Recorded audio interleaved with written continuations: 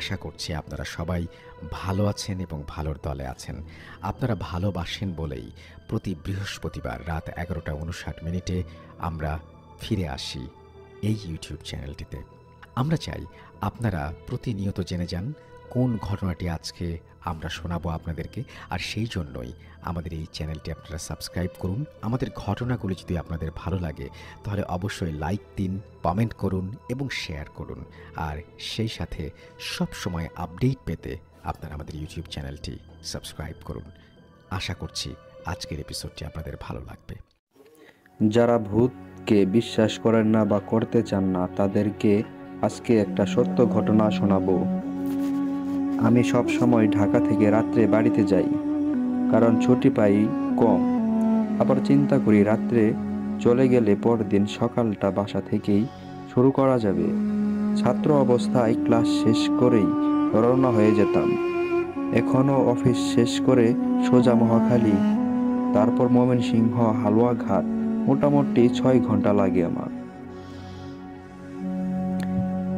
একদিন ক্লাস শেষ করে বাড়ি রওনা হলাম। আমাদের বাজারে যেতে যেতে রাত 12টা বেজে গেল প্রায়। বাজারে গিয়ে দেখি সুভাষ, আমার বাল্য বন্ধু। আমাকে দেখেই বলল, আমরা তো প্রতিদিন রাত্রে কদমতলি আড্ডা দিই, তুই খেয়ে চলে আসিস। আমি বললাম আচ্ছা ঠিক আছে। বাজারেই আমার বাসা। বাসায় গিয়ে আম্মার সাথে কথা বলতে বলতে খাওয়া শেষ করলাম। 1টার দিকে বাজারে গিয়ে কাউকে না পেয়ে ভাবলাম সবাই হয়তো চলে গেছে। আমি 2টা সিগারেট কিনে কদমতলি রওনা হলাম। বাজার থেকে কদমতলি কিছুটা দূর। তখন আষাঢ় মাস ছিল, আকাশের চাঁদও আছে, কিন্তু আষাঢ়ের মেঘ এবং চাঁদের আলো দুইটা মিলে একটা অদ্ভুত আলো আধারের খেলা চলছে। এই কালো অন্ধকার আবার যেন ভরা পূর্ণিমা। একটা সিগারেট ধরিয়ে রাস্তায় হাঁটছি, কিছুটা ভয়ও লাগছে। এমন রাতে একা একা হাঁটলে ভূত প্রেতের কথা একটু বেশি মনে পড়ে। বামের ঘন জঙ্গল থেকে ঝিঝি পোকার শব্দে একটা অদ্ভুত সুর যেন সৃষ্টি হচ্ছে, যে সুরের তালে তালে নিজেকে নিয়ে খুব হারিয়ে যেতে ইচ্ছে করে।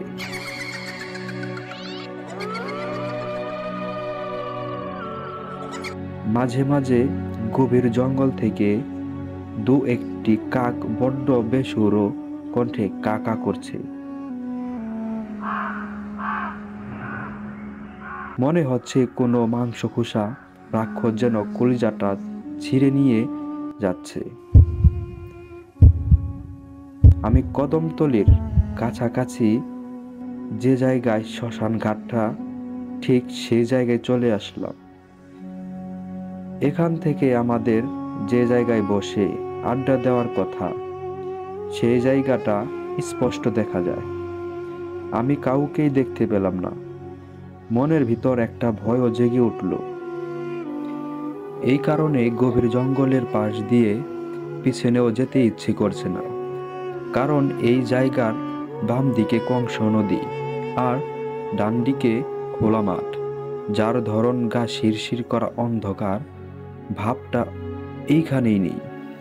আমি সোজা কদমতলি গিয়ে একটা সিগারেট ধরিয়ে নদীর ঢেউ দেখছি। ভয়টা কাটানোর জন্য একটু জোর করেই যেন অন্যমনস্ক হয়ে যেতে চাইলাম। মাঝে মাঝে কয়েকটা কলা গাছ নদী দিয়ে ভেসে যাচ্ছে। দূর থেকে মনে হচ্ছে কোনো লাশ ভেসে যাচ্ছে। মৃত প্রাণীর গন্ধে বমি বমি হওয়ার অবস্থা। হঠাৎ হঠাৎ একটি কান্নার শব্দ শুনতে পেলাম।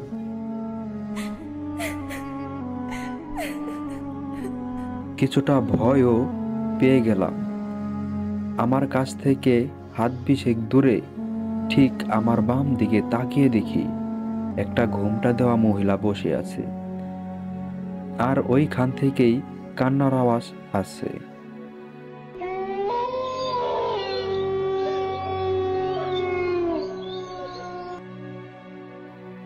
ভয়ে আমার আত্মা চলে যাওয়ার জোগাড়। শরীর দিয়ে ঘাম পানির মতো বের হচ্ছে, যেন আমি কোনো ঝর্ণার নিচে দাঁড়িয়ে আছি। ডাকবো ডাকবো ভেবেও না ডেকে সোজা বাসার দিকে রওনা হলাম। বাসায় গিয়ে হাত মুখ ধুয়ে শুয়ে পড়লাম। পরদিন সকালে আম্মুকে সব ঘটনা খুলে বললাম।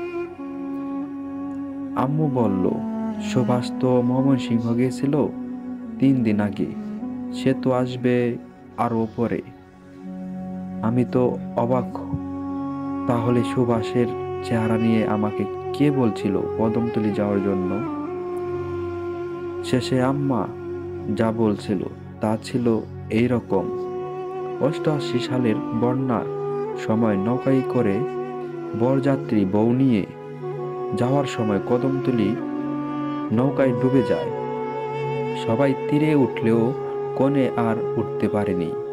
সেই থেকে এখনো মাঝে মাঝে কনেকে কদমতলীতে কাঁদতে দেখা যায়। আরও অনেকেই দেখেছে।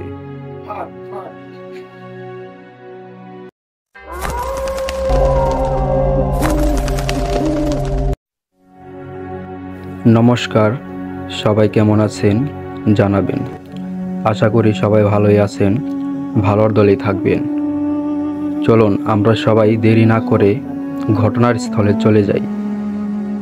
তার আগে বলে রাখি, আমার বাসা মানিকগঞ্জ জেলার সিংড়া থানার বলধরা ইউনিয়ন পারিল গ্রামে। আমার নাম সুবল। ঘটনাটি আমার আর আমার বন্ধুদের সাথে ঘটে যাওয়া। ঘটনাস্থলে ছিল আশরাফুল, সজীব, ইমন, রাব্বি, আসিফ, ইসমাইল। আরও ছিল, কিন্তু আমার ততটা মনে নেই।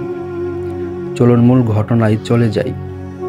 প্রতিদিনের মতোই আমরা দাইবাড়ি প্রাইমারি স্কুলে আড্ডা দিতাম। আশরাফুল হুট করে বলল, চল সবাই মিলে একটা ট্যুর দিয়ে আসি কোথাও। কিন্তু সবার কাছে তেমন টাকা ছিল না। তার আগে বলে রাখি, আমাদের খরচটা একটু বেশি ছিল। এই কারণে সবাই মিলে একটা প্ল্যান করলাম। আমাদের কিছু একটা কাজ করতে হবে ট্যুরে যেতে হলে। সবাই ভাবছি কি কাজ করব। তখন আমি বললাম, আশরাফুল, তোদের পুকুরে তো মাছ আছে অনেক, চল মাছ মারবো। দেখ তোর আম্মু পুকুরের মাছ মারতে দিবে নাকি। আশরাফুল বলল, ঠিক আছে, আমি আমার আম্মুর সাথে কথা বলে দেখি। কিছুক্ষণ পর বলল, বন্ধু, আম্মু রাজি, কিন্তু অর্ধি মাছ দিতে হবে। আমরা সবাই রাজি হয়ে গেলাম। সবাই প্রস্তুতি নেওয়া শুরু করলাম। আমি বললাম, চল মেশিন লাগাতে হবে। রাচেলকে ফোন দিয়ে মেশিনের ব্যবস্থা করলাম। সব কাজ শেষ, পানি শেষ হচ্ছে। তখন রাত 8টা বাজে প্রায়। কিছু খাওয়া দাওয়া করে মেশিনের পাশে বসলাম। আমরা আবার সবাই মিলে মাঝে মাঝে একটু গানের আসর দিতাম। ওইখানেই গানের আসর দিলাম। গান করতে করতে ঘড়ির দিকে তাকিয়ে দেখি তখন প্রায় রাত 1টা বেজে গেছে। সবাই মেশিন বন্ধ করে বাড়ির দিকে রওনা দেব।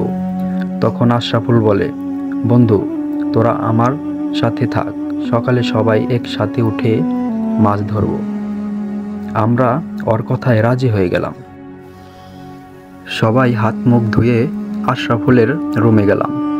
আমি সবাইকে বললাম, 4টায় উঠতে হবে, ঘুমিয়ে পড়। 30 মিনিট পর আমাদের সাথে যে ঘটনা শুরু হয়েছে তার জন্য আমরা মোটেও প্রস্তুত ছিলাম না ভাই। হঠাৎ করে চালের ওপর ভারী কি জিনিস যেন পড়ল। বিড়াল লাফ দিলে যে শব্দ হয়, আগেই বলে রাখা ভালো, তখন আমরা কেউ ঘুম আসেনি। তার কিছুক্ষণ পর হঠাৎ করে এক ভয়ঙ্কর মহিলার কণ্ঠে বলল, মা, আমারে এক গ্লাস পানি দে।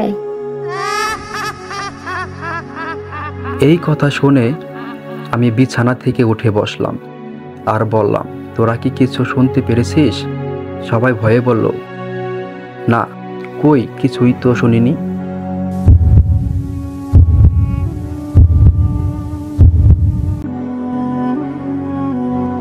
আমি বললাম, আচ্ছা ঠিক আছে, ঘুমা তাহলে। এই কথা বলে আমিও শুয়ে পড়লাম। তার 5 মিনিট পর সেই একই সুরে বলছে, ওই মা, আমারে একটু পানি দে। এই কথা শুনে সবাই তো থমকে গেলাম। সবাই ভয়ে আল্লাহ রাসূলের নাম সূরা পড়া শুরু করলো। আর আমি তো দাদা ভাই পুরাই লক হয়ে গেছি। আমিও মনে মনে ঈশ্বরকে ডাকা শুরু করলাম। তখন বাজে প্রায় রাত 3টার মতো। আস্তে আস্তে সবাই আবার কম্বলের নিচে গেলাম। কারো চোখে ঘুম নেই, ভয়ে সবাই সবাইকে জড়িয়ে ধরে শুয়ে আছি। হঠাৎ করে এমন এক জোরে একটা ঝড়ের মতো শব্দ হলো, যেন আমাদের ঘরের উপরে সব গাছ ভেঙে পড়ছে। তখন প্রায় রাত 4টা বাজে, আজানের সময়। তখন আজানের সময় ছিল বলে এরপর আর কোনো কিছুই ঘটেনি আমাদের সাথে।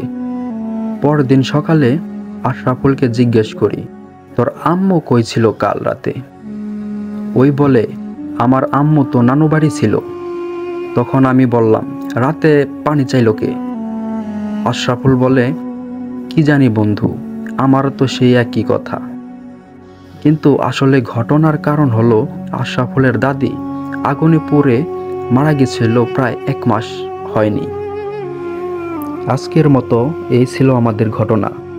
সবাইকে আন্তরিক কৃতজ্ঞতা জানাই এতক্ষণ সময় নিয়ে ঘটনাটি শোনার জন্য। ভুল ত্রুটি হলে ক্ষমা দৃষ্টিতে দেখবেন। ধন্যবাদ, সবাই ভালো থাকবেন।